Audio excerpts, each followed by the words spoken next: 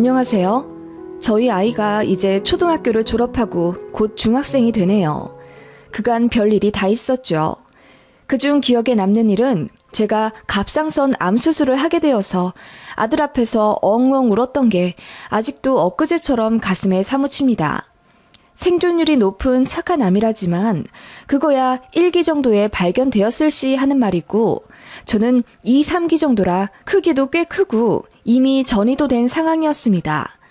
지금은 수술받고 5년 지나 완치 판정을 받긴 했지만 언제 재발될지 몰라 주의 깊게 지켜보는 편이고요.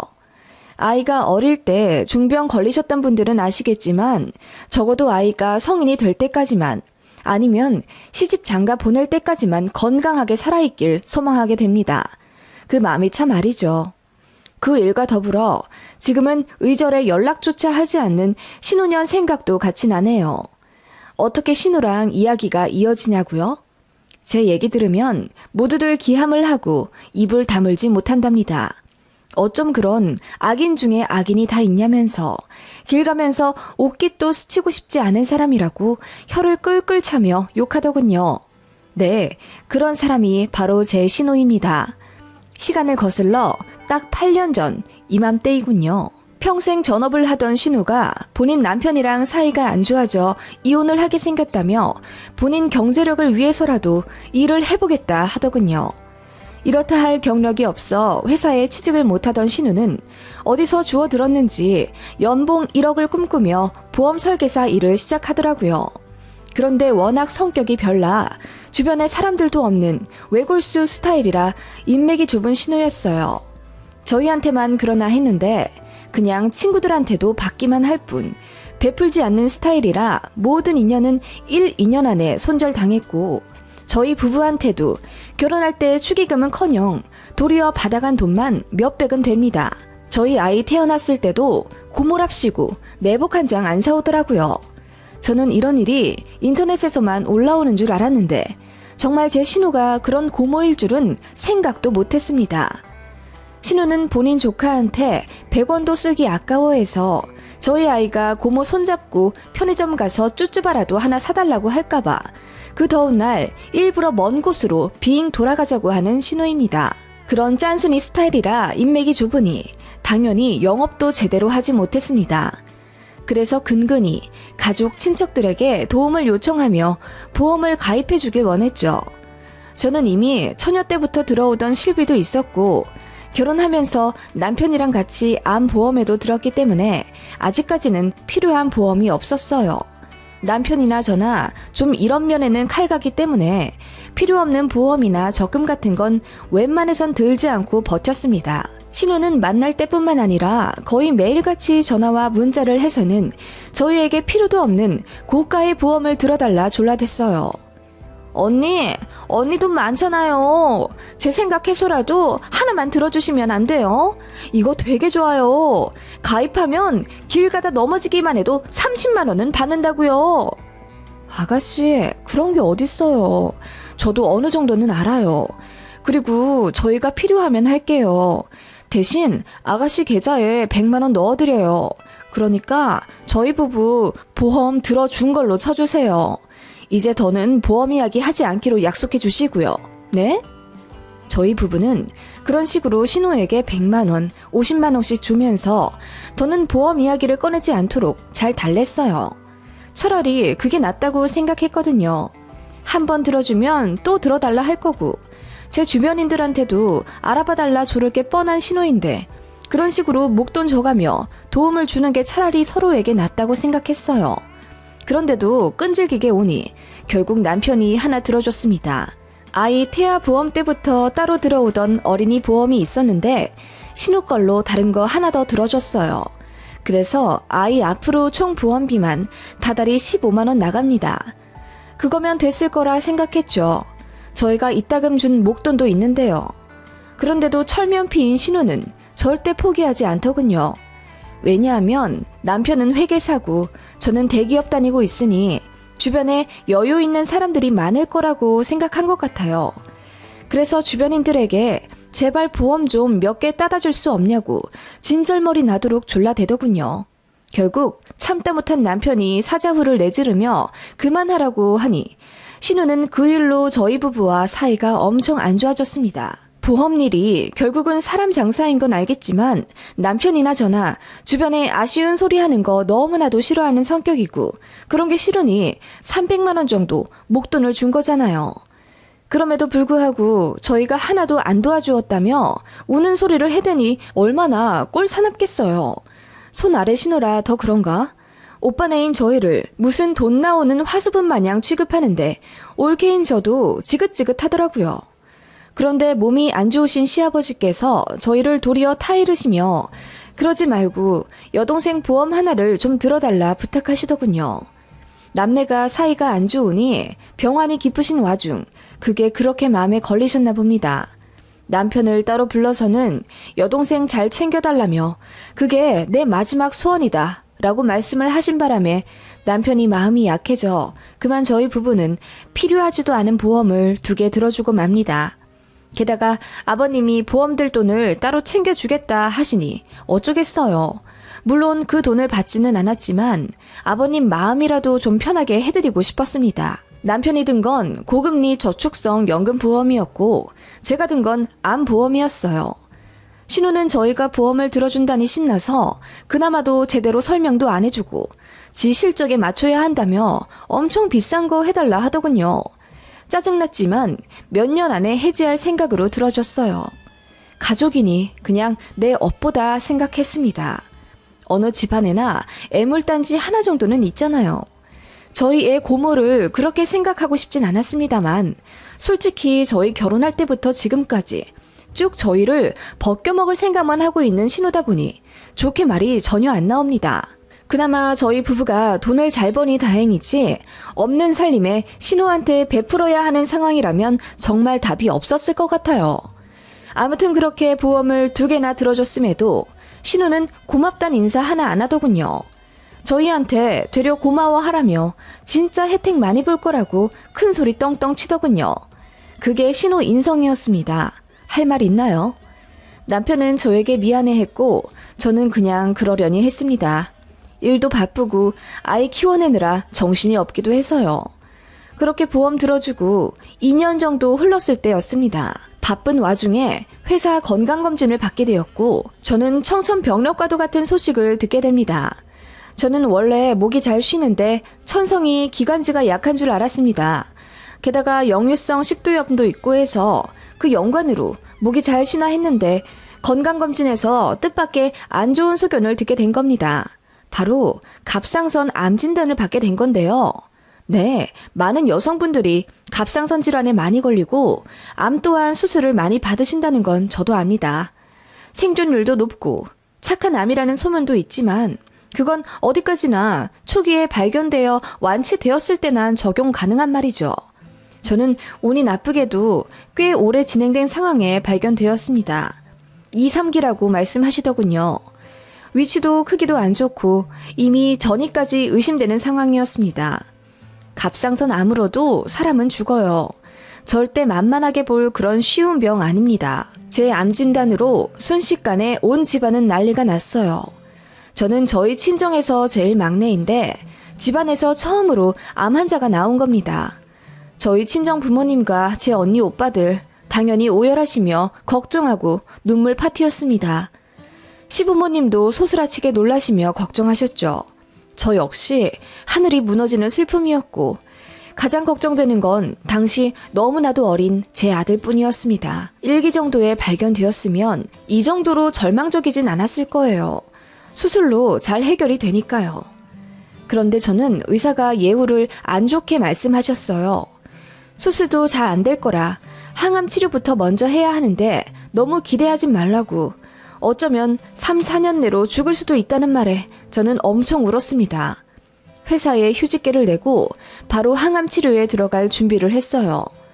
지금에야 가볍게 글로 쓰지만 당시에는 호랑이 굴로 들어가는 심정이었습니다.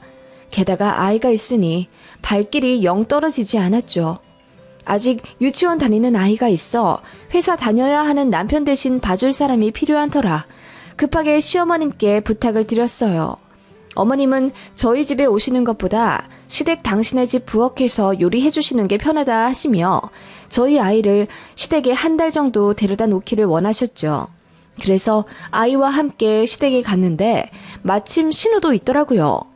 소식을 들었는지 처음에는 제 손을 잡으며 걱정을 해주더라고요. 그러더니 이내 언니 그래도 제 얘기 듣고 보험 드러나서 참 다행이죠? 이러더라고요. 순간 벙쪄서 제가 다시 물어보니 신우가 슬쩍 웃으며 제 말 듣고 암보험 드러나서 그래도 돈 더 받을 수 있잖아요. 이번에 암 진단금도 700만 원 정도 나오죠? 제가 다 계산해 봤어요. 진짜 다행이에요. 보험 들어놓은 지 그래도 1년은 넘었잖아요. 라고 속 모르는 이야기만 해대더군요. 진짜 사이코패스인 줄 알았습니다. 그 말에 남편도 열받아서 무슨 말도 안 되는 소리냐며 그딴 말 할 거면 그냥 아무 말 하지 말고 있으라니 신우가 기분이 나빴던지 더 악에 받쳐서는 내 말이 맞잖아. 어쨌든 내 덕분에 몇백은 더 이득 보는 건데 고맙다고 해야 하는 거 아니야? 아무리 암이라도 현실적으로 돈 생각도 해야지. 그런데 언니 가입한 다른 보험에서도 갑상선을 잘 쳐줘요? 거기는 100만 원만 해준다던데 내가 전화해볼까요? 하면서 더 돈돈거리더라고요. 너무 골 아프고 더 듣기 싫어서 보험 얘기 그만하고 싶다고 하고 말을 끊었습니다. 그랬더니 신우가 저에게 꼭 고맙단 말을 들어야겠다는 듯 제 말 들어서 다행이죠? 네? 그래도 내 말 듣고 보험 들어서 몇백만 원이나 타내네요. 진짜 다행이에요. 이러길래 제가 소리를 빽 지르며 뭐가 다행이란 말이에요. 내가 암 걸린 게 다행이라고요? 아가씨 말 좀 가려해요. 나 간단한 암 아니고 위치도 크기도 안 좋고 전이까지 됐어요. 위험하다고요. 무슨 점 떼어내듯이 수술하면 끝나는 줄 알아요? 진짜 듣자 하니 어이가 없어서. 아가씨라면 나 같은 상황에 그런 얘기 들으면 기분 좋겠어요? 라고 언성을 높이니 신우가 깔깔 웃더라고요. 언니 진짜 하나만 알고 둘은 모르네. 어차피 걸릴 암이었잖아요. 무슨 나 때문에 걸렸어요? 내 덕분에 몇백이나 타내면 고마운 줄이나 아시라고요. 나 같으면 반절 뚝 떼어서 고맙습니다 하고 신호 주겠구만. 그 말에 남편이 언성을 높여 제정신이냐고 따졌고 저는 아이 앞이라 애써 참고 말렸습니다. 신우는 부부가 인성이 그 모양이니 제가 암에 걸렸다며 미친 소리를 해댔고 급기야 고마워하지도 않을 거면 암 진단금이나 내놓으라고 소리를 지르더군요. 저희 난리에 시부모님까지 뒤늦게 아셔서 말리시고 신우를 쫓아내다시피 하며 집으로 보냈어요. 그렇게 신우 때문에 가슴에 대못을 박으니 기분 처참하더군요. 애써 마음을 가다듬으며 아이를 시어머니께 맡기고 돌아오는 길에 얼마나 울었는지 모릅니다. 남편은 너무나 미안해하면서 신우 딱이라도 때릴 것을 그랬다며 분통 터져 했고 저는 그냥 됐다고 했어요. 그렇게 바로 저는 항암 치료에 들어갔고 매일매일 소주 10병 먹고 숙취에 시달리는 듯한 느낌을 이겨내며 어떻게든 암을 이겨내보고자 노력했습니다. 그렇게 병원 오가며 죽을 듯이 항암 치료 이겨냈고 결국 약이 잘 맞았는지 암 크기가 작아져 수술도 하게 되었어요. 수술만 하게 되면 얼마나 좋을까 하고 남편 손잡고 기도하던 날이 있었는데 수술 역시 잘 되었습니다. 그렇게 저는 1년여 동안 고생 생고생을 하며 제 몸속에 있는 암들을 모두 이겨냈어요. 다 끝내고 나니 살이 12kg이나 빠져 있더라고요. 몰골이 말이 아니라 친정부모님, 시부모님 모두 제 모습을 보며 기쁨과 슬픔의 눈물을 흘리셨어요. 저는 아이와 함께 살아갈 날이 더 늘어났다는 안도의 눈물을 흘렸고요. 뭐 그렇게 신우 말대로 암 진단금은 꽤 나오더라고요. 암 보험을 2개 들어놓은 상태라 총 합 900만 원 정도 받게 되었습니다. 수술비며 입원비도 넘치도록 보상받았고요. 그거 모두 아들 통장에 넣어줬어요. 그런데 보험금 수령받던 날 내내 연락 없던 신혼년한테 전화가 오더라고요. 제가 암투병하는 내내 문자 한 통 없던 그 여자가 돈 냄새는 기가 막히게 맡고선 연락을 한 겁니다. 언니, 수술 잘 끝냈다면서요? 축하해요. 네, 고마워요. 근데 왜 전화했어요? 저는 아가씨 목소리 별로 듣고 싶지 않은데요. 언니는 여전하다니까. 다른 게 아니라 이번에 보험금 좀 두둑하게 받으셨죠? 내가 다 알아보긴 했는데. 네, 아가씨 말대로 많이 받았어요. 왜요? 언니, 저 곧 이혼할 것 같은데 미안하지만 그 돈 좀 빌려줄래요? 당장 집부터 구해서 나가고 싶은데 보증금 할 돈도 없어서요. 그 말에 어이가 없어서 헛웃음을 치니 신우가 제발 한 번만 도와달라며 조르더군요. 보험 들어달라고 했을 때처럼요. 그 징징거리는 말투에 노이로제가 걸릴 정도였습니다. 제가 그 돈 아들 통장에 이미 넣어놨다고 하니 그럼 조카 통장이라도 좀 빌려달라는 개념 없는 말에 열이 받아 바로 소리를 질렀습니다. 내가 생고생해서 투병한 안보험금을 왜 널 줘야 하는데? 그동안 넘치게 도라이짓 했으면 됐지. 너는 네 올케 언니가 암 수술하고 나왔는데 그딴 소리 하고 싶니? 너 이혼한 거랑 나랑 무슨 상관인데? 너는 나 죽을 뚱 살 뚱 치료받을 때 음료수 하나 갖고 병문안 온 적 있어? 전화 한 번 안 했지? 그래 놓고 뭐? 도와달라고? 야, 정신 차려! 제가 결혼하고 나서 처음으로 신우에게 반말을 하며 소리를 지르니 신우가 당황하며 아무 말 못하더군요. 그러더니 어떻게 자기한테 그런 식으로 말할 수 있냐며 훌쩍대길래 다신 연락하지 말라고 소리 지르고 끊어버렸습니다. 그리고 차단했죠. 남편한테도 시부모님한테도 다 말했습니다. 신우가 이렇게 나오니 저는 더 이상 가족의 연을 이어갈 수 없다며 얼굴 안 보고 연락 안 하고 산다고 했더니 다들 이해하더군요. 미안해 하고요. 그렇게 신우에게 10몇 년 동안 참아왔던 응어리를 풀어내니 속이 시원하더라고요. 암수술 2번 한 느낌이었습니다. 그런데 신우는 다른 번호로 저에게 전화하면서 욕짓거리를 하더군요. 그렇게 살다가 또 암 걸려서 어린애 두고 저승 간다 어쩐다 저주 수준의 악담을 퍼붓기에 저는 더 봐줄 것도 없다고 생각했어요. 안 그래도 신우가 저희 보험 가입시킬 때 제대로 고지 안 하고 지 멋대로 가입시킨 거 전부 증거가 있거든요. 그리고 남편 거 들어줄 때 고금리 저축성 보험이라고 했잖아요. 그런데 신우가 지 실적 맞춘다고 종신보험으로 맘대로 드러났더라고요. 전화 녹취랑 카톡 내역 뽑아서 금감원에 신고 넣었습니다. 신우 바로 징계 먹더군요. 평소 근태도 안 좋았는지 경고 없이 바로 회사에서 잘렸다더군요. 아주 속이 시원했습니다. 신우가 공중전화로 제게 전화해서 지 백수 만드니까 속이 시원하냐며 울고불고 구레구레 소리 지르더군요. 그러거나 말거나 했어요. 남편도 알아요. 제가 금감원에 신우 찌른 거요. 아무 말 못하더군요. 저더러 잘했다곤 하는데 아무래도 여동생이니 속은 쓰리겠죠. 그래도 제가 당할 것에 비할 바인가요? 아무튼 신우는 그렇게 백수가 되고 바로 이혼도 당했다더군요. 빈털털이 거지가 된 채로 이혼당했는데 돈이 없어 방도 못 구하고 시부모님 집으로는 차마 못 들어가선 고시원 계약해서 살고 있다더군요. 그러다가 어디 경기도 외곽으로 이사가서 마스크 공장에서 일한다는 소식은 들었는데 얘기 듣기로는 몸이 아프다더군요. 관절에 물이 차는 무슨 고질병이라면서 아마 공장에서 일하는 것도 조만간 관둬야 할지도 모른다더군요. 시부모님 댁으로 다시 들어갈진 모르겠는데 신우 자존심이 있어서 절대 안 들어갈 것 같긴 하네요. 시어머님이랑 신우랑 성격이 상극이거든요. 남편한테 한 달에 한두 번씩 전화해서 자기 너무 외롭고 힘들다며 운다던데 제가 절대 받아주지 말라고 했습니다. 제 앞에서 무릎 꿇고 싹싹 빌기 전까지는 10원 한 장 주지 말라고 했어요. 그러면 당신이랑도 이혼할 거라고 하니 남편이 알겠다고 했어요. 그래도 제 말은 잘 듣는 남편이거든요. 남편이 신우에게 그대로 전했는지 신우가 몇 주 정도 후 저한테 사과하러 집에 오고 싶다더군요. 제가 싫다고 했습니다. 그랬더니 또 공중전화로 제게 전화해서는 언니, 나 언니한테 가서 무릎 꿇고 사과하고 싶어요. 내가 말 심하게 한 거 다 사과할게요. 라고 하길래 제가 폭언도 멋대로 하고 사과도 멋대로 하냐며 다 듣기 싫다고 했어요. 그랬더니 이내 고래고래 소리를 지르며 언제는 무릎 꿇고 빌면 돈 준다면서 한 입 갖고 두말하는 제가 치사하다더군요. 치사? 진짜 어이가 없어서 그따위로 살지 말라고 소리 질렀습니다. 그랬더니 또 다 죽은 목소리로 미안하다고 연기하는데 아주 가증스러웠어요. 결국은 다 돈 때문이더라고요. 그 이후로 모든 전화 안 받고 남편에게도 신우 소식 듣기 싫다고 귀를 막아 잘 모르겠지만 아무튼 요 근래의 신우는 자기 생활이 아주 비참하다고 우는 소리를 한대요.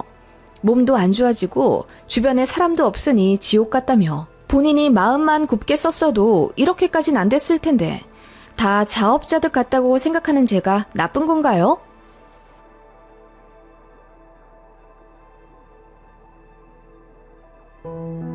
안녕하세요. 2달 전 파혼한 여자입니다. 여기 분들 보니 파혼하신 분들 많은데 저처럼 웨딩 사진까지 다 찍고 쪽낸 사람은 거의 없는 것 같더라고요. 저는 웨딩홀, 스드메까지 다 예약한 상태에서 스튜디오 촬영하던 중 파혼했어요. 그래서 위약금 문 것만 해도 100만 원 정도는 되는 것 같긴 한데 솔직히 신혼집 계약하기 전에 끝내서 얼마나 다행인지 모릅니다. 100만 원 정도야 인생의 교육비 정도로 생각하고 있고요. 제가 파혼한 이유는 다름 아닌 공주병 말기 예비 시모 때문입니다. 결국 따지고 보면 중간에서 바보처럼 군 전 남친 탓도 있긴 한데 결정적인 원인을 제공한 건 그 아줌마 때문이에요. 무슨 일이 있었는지 한번 써볼게요. 회사 점심시간에 몰래 쓰는 거라 두서가 없어도 양해 부탁드려요. 전 예비신랑, 편의상 남친이라고 쓰겠습니다. 남친이랑 저는 1년 반 정도 사귀고 결혼을 하게 됐습니다. 둘 다 양가 사정도 비슷하고 버는 돈도 거기서 거깁니다. 여기 잘 사는 분들도 많고 학벌, 직장, 후덜덜하게 좋은 사람들도 많지만 저희는 진짜 평범해서 스펙 비교할 것도 없네요. 아무튼 그렇게 평범한 커플이지만 정말 많이 사랑했어요. 그러니까 결혼까지 결심했겠죠. 둘 다 나이가 어느 정도 찬터라 자연스럽게 결혼으로 이야기가 이어졌고 정말 보통의 커플들처럼 스무스하게 양가 허락받고 결혼을 진행하기 시작했어요. 다만 조금 특이한 건 저희는 결혼하자마자 살림을 합치는 게 아니라 한 반년 정도 따로 살다가 신혼집을 마련해서 들어가게 됐어요. 이유는 구구절절 다 쓰기도 뭐해서 그냥 간단히 돈 때문이고요. 아무튼 그래서 신혼집을 미리 구하지 않은 상태로 결혼을 진행하게 되었습니다. 요즘 다 그렇듯이 일단 웨딩홀부터 잡아야 했기에 결혼 날짜도 상견례 전에 잡았고 좋은 날짜, 좋은 시간대로 예약하려고 바로 웨딩홀부터 예약했습니다. 그리고 나서 스드메까지 패키지로 같이 예약을 해뒀죠. 요즘은 다 그렇잖아요. 게다가 저희가 결혼하려고 하는 시기가 결혼식 성수기였기 때문에 어쩔 수가 없었습니다. 아무튼 그렇게 대강 스케줄을 잡아놓고 양가에 인사를 제대로 드리게 됐죠. 사실 남친은 저희 집에 자주 와서 밥도 많이 먹었고 저희 부모님이랑도 안면을 튼 상태였어요. 저는 예비시댁에 한 번도 가본 적이 없었죠. 그렇게 떨리는 마음으로 남친 집에 인사를 갔는데 저는 조금, 아니 사실 아주 많이 놀랐습니다. 현관 입구에 어떤 여자 사진이 있더라고요. 자세히 보니까 어머님 젊으실 때 사진이었습니다. 어머님이 젊었을 때 무슨 잡지 모델도 하고 유명하진 않지만 광고도 찍고 그러셨다네요. 그렇다고 연예인이라고 하기에는 뭐한 게 활동을 한 1년 정도만 하시다 바로 접고 평범하게 일하셨다더군요.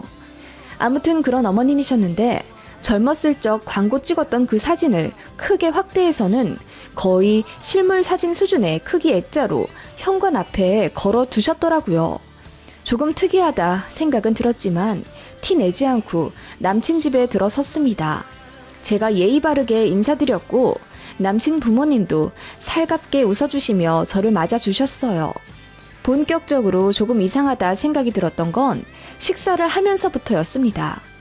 아버님이랑 남편은 음식을 거의 안 가리시는데 어머님은 먹는 것에 호불호가 강하시다며 어머님 전용 식판이 따로 있다고 하시더군요. 그래서 저희 상은 따로 차려주시고 어머님은 조금 옆에 떨어져서 식판에 옮겨 담은 음식들을 드시는데 자세히 보니 샐러드랑 두부 같은 채식 위주로 하시더군요. 그러시면서 말씀하시길 예비 며느리 온다고 내가 오랜만에 소고기도 좀 굽고 전도 부치긴 했는데 앞으로 우리 집 오면 이런 거 못 먹을 거야. 내가 이런 거 너무 싫어하거든. 냄새도 나고. 그리고 살찌잖아. 난 살찌는 거 너무 싫어서 평생 관리하거든. 그런데 우리 새아가는 혹시 따로 다이어트 같은 거 해? 너무 늘씬하고 이쁘다. 하시며 제 몸을 위아래로 훑어보시더라고요. 아, 아니요. 저는 따로 다이어트는 안 하고요. 원래 좀 마른 체형이라 살이 잘 안 쪄요. 어머, 그러니? 아, 하긴 나도 젊을 때 좀 그렇긴 했지. 하시면서 뭔가 기분이 나쁘신 듯 표정이 안 좋아지시더라고요. 남친이 말하기를 어머님은 살이 잘 찌는 스타일이라 삼시세끼 식단으로 관리하시며 다이어트만 20년 가까이 하셨다네요. 그래서 고기도 한 달에 한두 번 드실 정도고 워낙 잘 안 챙겨 드셔서 골다공증도 왔는데 그렇게 식단 조절을 심하게 하신답니다. 제가 걱정이 돼요. 어머님, 건강이 최고죠. 그리고 관리 안 하셔도 어머님은 여전히 미모가 뛰어나실 것 같은데 많이 드세요. 라고 한마디 했는데 어머님은 그 말이 너무 기분이 나쁘신 듯 어머, 넌 내가 살쪄서 뒤룩뒤룩 굴러다녔으면 좋겠니? 그리고 며느리 될 사람이라 그런가? 말 한마디 한마디가 뼈가 있는 것처럼 느껴지네. 왜? 내가 혹시라도 건강 안 좋아져서 아프면 병수발이라도 부탁할까봐 그래? 하시며 억지로 깔깔 웃으시는데 눈은 저를 매섭게 노려보는 게 느껴졌어요. 순간 소름이 쫙 끼쳐서 입맛이 딱 떨어지더군요. 그 이후로 어머님은 거의 말씀이 없으셨고 아버님이랑만 간간히 이야기하면서 앞으로의 결혼 생활 같은 거 상의 들이다 왔습니다. 제가 남친 집에서 나오며 남친에게 나 어머님한테 무슨 실수한 걸까? 어머님 기분이 좀 나쁘신 것 같아. 라고 말하자 남친은 그냥 대수롭지 않게 아니, 난 괜찮은 것 같은데? 신경 쓰지 마. 우리 엄마 원래 좀 그래. 이러더라고요. 그런데 그날 저녁 남친에게 전화가 왔습니다. 정말 황당했죠. 남친이 풀이 죽은 목소리로 저에게 말하기를 자기야, 미안한데 우리 엄마한테 사과 좀 해줄 수 있어? 이러더라고요. 사과? 왜? 어머님이 나한테 뭐 기분 나쁜 거 있다고 하셔? 아니, 자기가 밥 많이 먹으라고 한 게 너무 언짢으시대. 뭐라고? 나는 그냥 어머님이 고기도 안 드시고 그러셔서 그냥 걱정되는 마음에. 나도 자기 마음 알지. 그런데 엄마는 좀 받아들이시기에 기분이 안 좋으셨나 봐. 왜 며느리 될 사람이 시어머니한테 벌써부터 이래라 저래라 하냐고. 그런데 그 말도 듣고 보면 일리가 있잖아. 어떻게 보면 좀 지적받은 것 같기도 하고. 아니, 그러면 자기도 그 자리에서 나한테 말을 좀 해주지. 내가 아까 집에 올 때는 아무 실수 안 했다고 괜찮다고 했잖아. 나도 그렇게 생각했는데 엄마한테 얘기 들어보니까 좀 그렇더라고. 아무튼 그냥 좋은 게 좋은 거라고 사과 한마디만 해주면 그냥 다 잘 넘어갈 것 같은데. 부탁 좀 할게. 이번만 잘 넘어가주면 나도 엄마한테 얘기 잘해서 서로 갈등 없도록 노력할게. 응? 알겠어. 남친 말을 들어봐도 솔직히 이해가 잘 가지 않았지만 기분이 나쁘시다고 아들한테까지 이야기하실 정도라니 제가 정말 실수한 건가 싶어서 걱정이 되긴 하더라고요. 그때 다른 사람들에게도 물어봤어야 했는데 저는 제가 진짜 실수한 건 줄 알고 창피해서 부모님한테도 말하지 않았습니다. 그래서 저 혼자 해결한답시고 시어머님께 전화를 드렸었죠. 그리고 사과를 드렸습니다. 그랬더니 뾰루퉁하게 한마디 하시더군요. 다음부터는 나더러 많이 먹으라 적게 먹으라 그 어떤 요구도 하지 마. 내가 알아서 다 할 테니까. 넌 살이 안 쪄서 모르겠지만 나는 그런 거 되게 예민해. 알겠니? 하시고 딱 끊으시는데 너무 당황스러웠습니다. 남친은 제가 예비 시모한테 사과했다는 것에 엄청 고마워하더군요. 저는 좀 황당했기 때문에 남친에게 앞으로 이런 일이 없었으면 좋겠다고 했습니다. 제가 그렇게까지 큰 말실수한 것도 아니고 어머님도 오해하신 게 있잖아요. 그랬더니 남친도 알겠다고 거듭 대답했기에 그냥 넘어갔던 일이었습니다. 그게 시작인 줄은 모르고요. 아무튼 그런 일이 있고 난 후 몇 주 뒤가 저희 웨딩 촬영이었습니다. 남들은 웨딩 촬영 앞두고 다이어트다, 시술이다 뭐다 하지만 저는 시간이 없기도 하고 또 그런 시술 받는 걸 좀 부질없다고 생각해서 저는 그 흔한 보톡스도 맞지 않았습니다. 그리고 딱히 다이어트 할 만한 체중도 아니었어요. 원래 좀 말랐기 때문에 별 신경 안 쓰고 있었습니다. 그런데 예비 시모에게 전화가 오더군요. 저희 촬영할 때 어머님 아버님도 같이 리마인드 촬영을 하고 싶다고 하셨대요. 그러시면서 찍을 수 없냐고 저에게 물으시는데 솔직히 너무 당황스럽더군요. 그래서 스튜디오에 전화를 해봐야겠다고 하며 둘러대고 끊었습니다. 남친에게 전화하니 어머님이 그러셨냐면서 대수롭지 않게 생각하더군요. 그러면서 같이 찍는 것도 재밌겠다면서 본인이 스튜디오에 물어보겠다 끊는데 제 생각은 왜 안 하나 싶어서 기분이 나쁘더군요. 그래서 그 일로 남친이랑 좀 다퉜는데 남친이 말하기를 본인 부모님이 아주버님 임신하고 급하게 결혼하느라 웨딩 사진을 못 찍으셨대요. 그러면서 요즘 사람들 찍는 스튜디오 촬영을 꼭 해보고 싶어 하긴 하셨다며 본인 어머니가 짠하다는 식으로 쉴드 치더군요. 그 말에 저는 바보같이 별 말도 못했습니다. 그럴 수도 있겠다는 생각이 들었고 남친이 너무 많이 미안해 하길래 그냥 알겠다고 했죠. 역시나 스튜디오에서는 갑작스런 합동 촬영은 조금 힘들다고 하더라고요. 그래서 예비시모께 말씀드렸더니 어떻게 날짜나 시간 조율을 달리해도 어렵겠냐고 하시면서 좀처럼 포기를 안 하시더군요. 어머님도 사진 찍을 생각에 보톡스랑 필러도 맞고 다이어트도 하고 있는 중이라며 무슨 일이 있어도 같이 찍고 싶다 하시더라고요.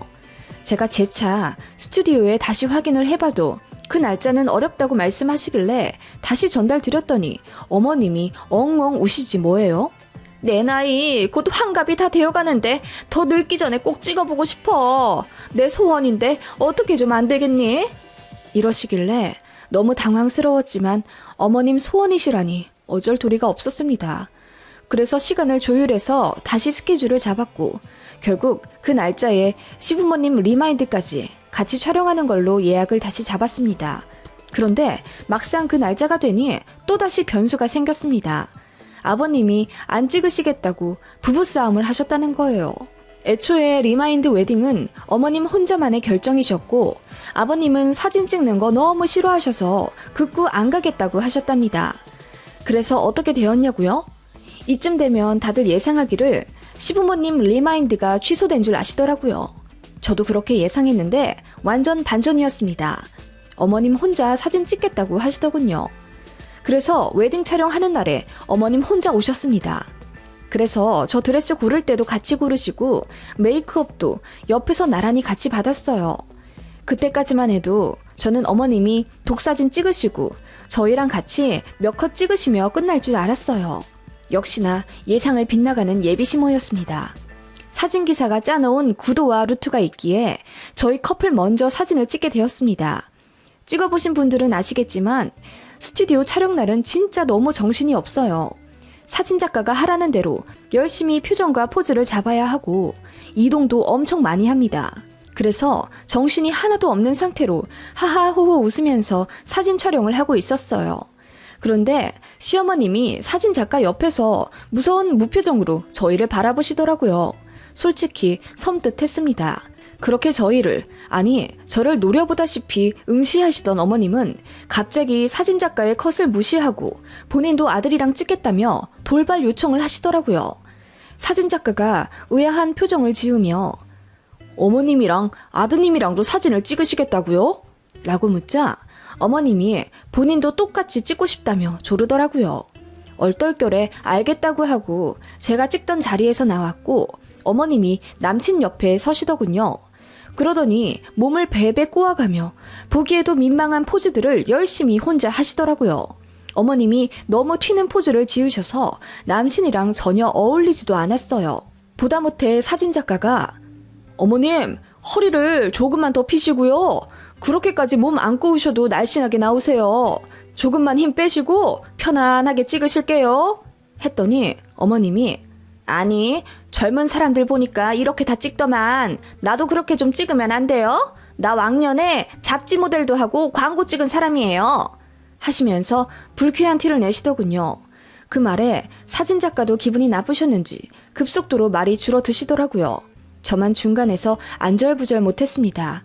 그렇게 어머님은 본인 아들이랑 보기에도 민망할 정도로 딱 붙어가며 정말 연인처럼 닭살 돋는 포즈와 표정으로 사진을 찍으셨어요. 누가 보면 정말 둘이 연인인 줄요.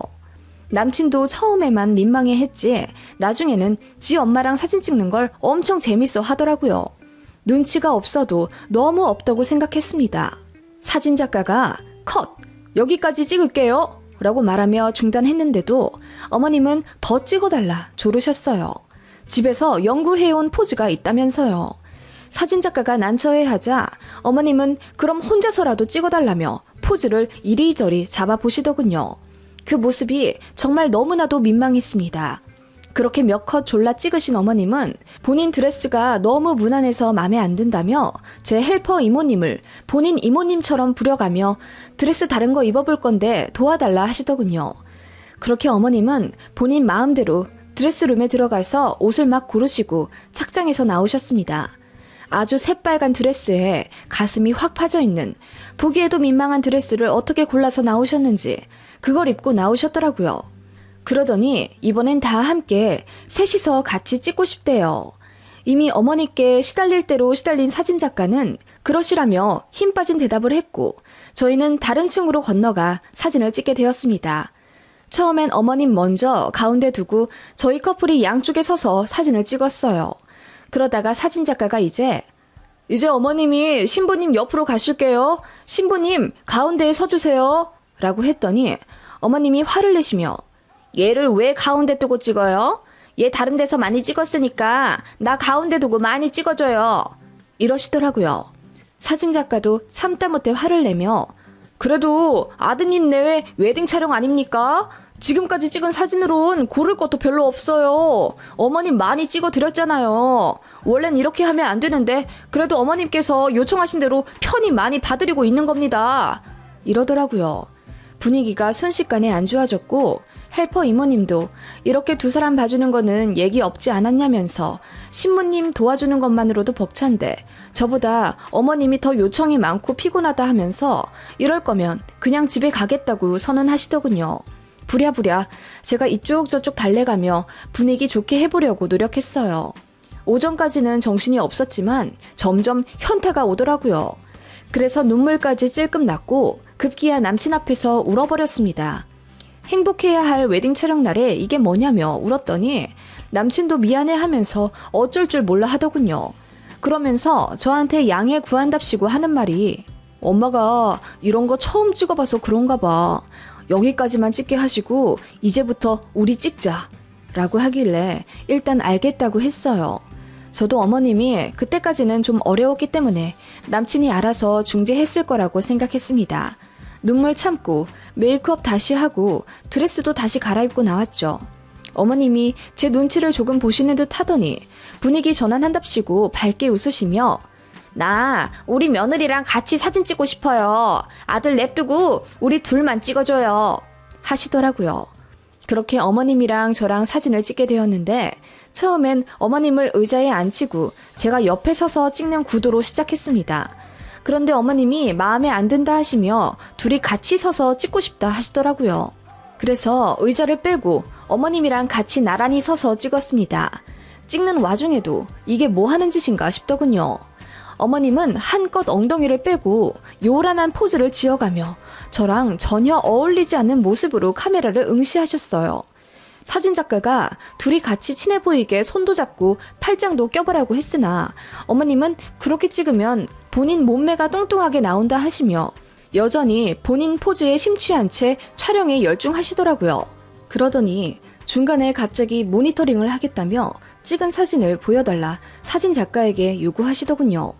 어머님은 찍은 결과물들을 보시며 짜증을 한껏 내셨어요. 뭐야, 내가 더 뚱뚱하게 나왔잖아. 오늘만을 위해서 내가 얼마나 많이 굶었는데 이건 뭐 작가님 능력이 없으신가 보네. 이러시더라고요. 사진 작가님은 다 포기했다는 듯 네, 제 잘못입니다 라고 하더군요. 진짜 민망했고 죄송했습니다. 그렇게 어머님은 여러 장소에서 저와 사진을 찍자고 주도적으로 촬영을 하시고 줄곧 제 몸매와 어머님 몸매를 비교해가며 예민하게 반응하셨습니다. 포토샵으로 본인 턱을 더 깎아줘야 하네, 허리를 좀 더 잘록하게 고쳐달라는 등 요구 조건도 많았습니다. 특히 저랑 같이 나온 사진에 특히 민감하셔서는 며느리보다 날씬하게 나오면 좋겠다며 제 허리가 비정상적으로 얇으니 포토샵으로 더 통통하게 해놓으라, 어쩐다 말도 안 되는 주장을 하시더라고요. 그렇게 사진 촬영이 4분의 3 정도 진행되었을까? 저는 너무 기분이 나빠서 더 이상 웃음도 안 나오더라고요. 남편이랑 어머님만 눈치 없이 신나서 촬영했고요. 어느새 어머님이 주인공 마냥 저보다 더 컷을 많이 찍으셨고 어느새 사진작가와 헬퍼 이모님은 저를 동정하기에 이르렀어요. 아니, 앞으로 좀 힘드시겠어요. 시어머니 되실 분이 좀 많이 적극적이시네요. 하시며 뼈 있는 말씀을 하시곤 제 등을 토닥이시며 위로하시기에 저는 얼이 빠져 웃음도 안 나오더군요.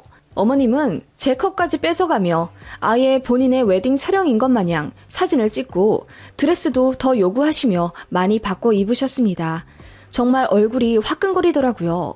급기야 나중엔 며느리는 식장에서 우리 아들이랑 사진 많이 찍을 테니까 냅두고 저랑 아들이랑 몇 컷 더 찍어줘 봐요. 그리고 며느리가 옆에 있으니까 내가 너무 뚱뚱하게 보여서 안 되겠어. 그냥 며느리는 따로 찍어줘요. 하시더라고요. 그렇게 누가 신부이고 누가 시어머니인지 모를 웨딩 촬영이 계속되었고 스튜디오 다른 직원들까지 구경 오기 이르렀어요. 소문이 난 거죠. 진상 시어머니 등판했다고요. 저는 이건 아니다 싶은 생각이 들기 시작했어요. 어떻게 이런 시어머니가 다 있지? 하는 생각에 창피함을 앞서 속이 착잡하더라고요. 어머님이 저보다 더 예쁘게 보이려고 드레스며 메이크업이며 제 헬퍼 이모님까지 본인 헬퍼처럼 써가며 주인공 노릇하고 어느새 저는 들러리가 되어 있는 꼴을 보기 시작하면서부터였죠. 어머님은 스튜디오 사람들이 저에게 조금이라도 칭찬하는 꼴을 못 보시더라고요. 신부님 너무 이쁘세요. 어쩜 그렇게 날씬하세요? 라는 칭찬 한마디 들었다고 어머님은 바로 입을 삐쭉 내미시더라고요. 그때 저는 제대로 알았습니다. 어머님이 저를 견제하시는구나. 저에게 열등감을 갖고 계시는 거라고 확신했습니다. 어떻게 며느리가 칭찬 듣는 걸 기분 나빠하실 수 있죠? 그 반대 아닌가요? 아무튼 그런 답없는 시간들이 흘러갔고 저는 머릿속에 이건 아니다 라는 생각만이 가득 차 사진도 찍기 싫어지더군요. 눈치도 없고 흐름도 못 읽은 채 어머님이 하자는 대로 불만 없이 하는 남친도 세상 모질이처럼 보였고요. 그때 어머님이 활용 점정을 찍으셨습니다. 마지막 촬영을 앞두고 드레스룸에서 옷을 갈아입고 있는데 어머님이 제가 픽한 드레스를 빤히 보시더니 이건 너무 촌스럽다며 어머님이 드레스를 골라주시겠다고 하더군요.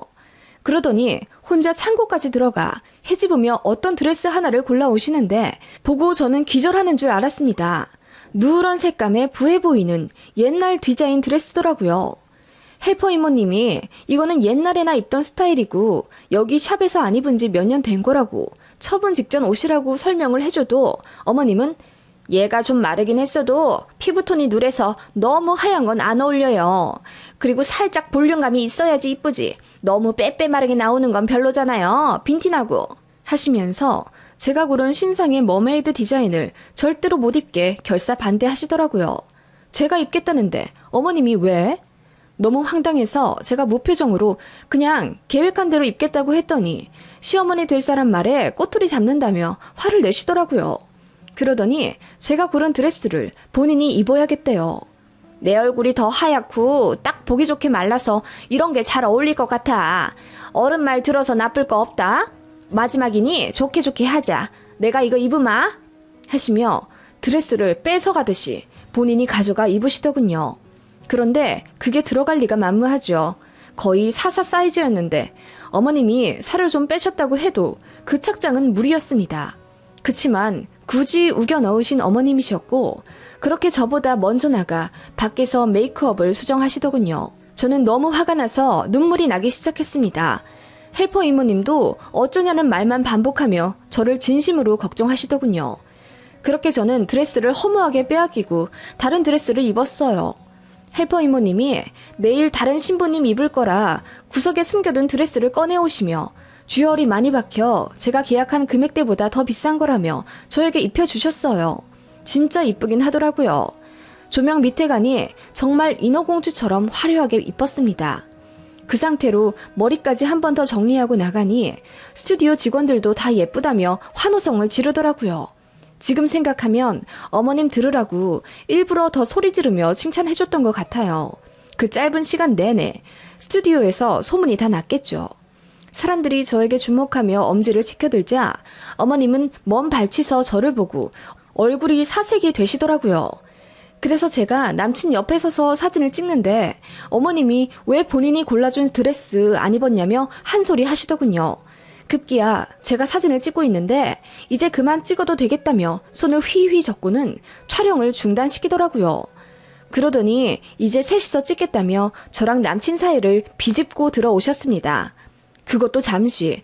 저 때문에 본인이 이상하게 나오겠다며 저를 구석으로 확 밀치는 바람에 제가 높은 구도에서 삐끗해 넘어질 뻔했고 그 바람에 제가 소리를 지르는 바람에 촬영장이 아수라장이 되었습니다.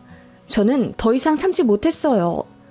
어머님, 진짜 해도 너무하시네요. 진짜 뭐 하시는 거예요?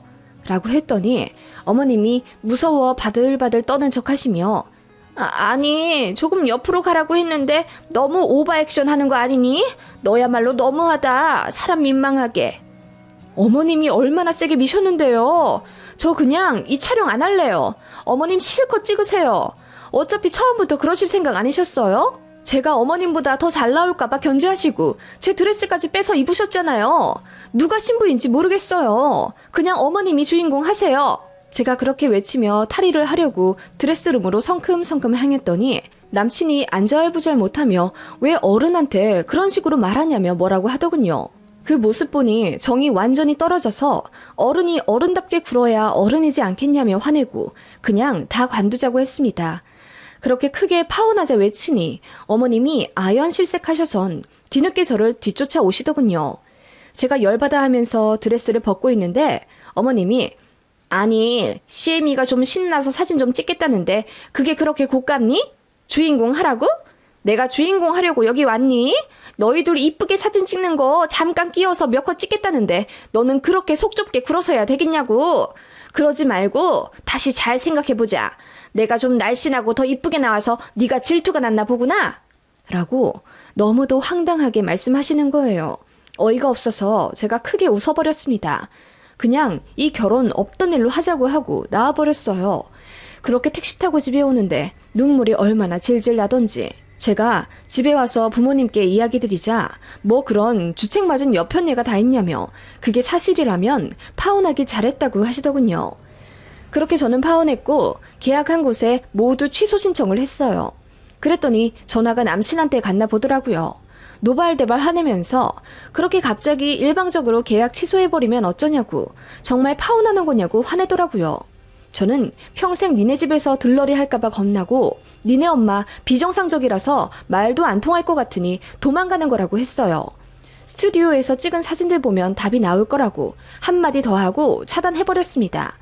사람들에게 말하니 외모에 강박이 생겨 돌아버린 시어머니고 시댁에서 본인이 여왕인 척 제일 이쁜 척하고 살았는데 저 들어와서 관심 빼앗길까봐 그런 거라며 파혼하길 잘했다고 하더군요. 저도 그렇게 생각합니다. 사람들이 저 칭찬할 때 시어머니 표정 가관도 아니었거든요. 아무튼 그런 일이 있었고요. 자작 같겠지만 사실 100%입니다. 압구정에서 찍었고요. 후기 찾아보면 아실 수도 있겠네요. 그런 결정을 하니 속이 시원합니다. 세상에 정말 황당한 시어머니들이 많으신 듯 하네요.